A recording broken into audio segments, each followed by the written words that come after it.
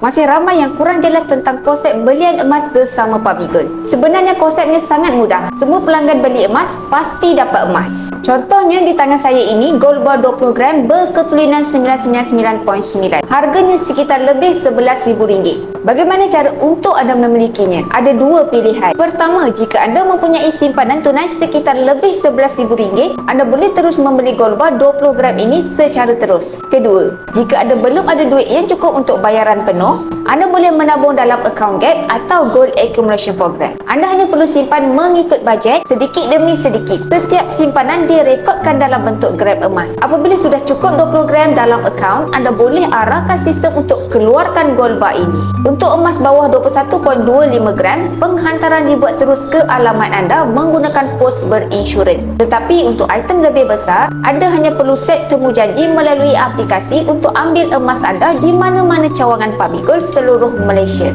Dan yang paling penting, semua proses ini dibimbing oleh dealer terlatih Public Gold. Bagi yang berminat untuk mulakan simpanan emas bersama di Public Gold, anda boleh rujuk video saya setiap daftar ke Public Gold atau klik link di bawah saya. InsyaAllah saya akan bantu guide sebaiknya.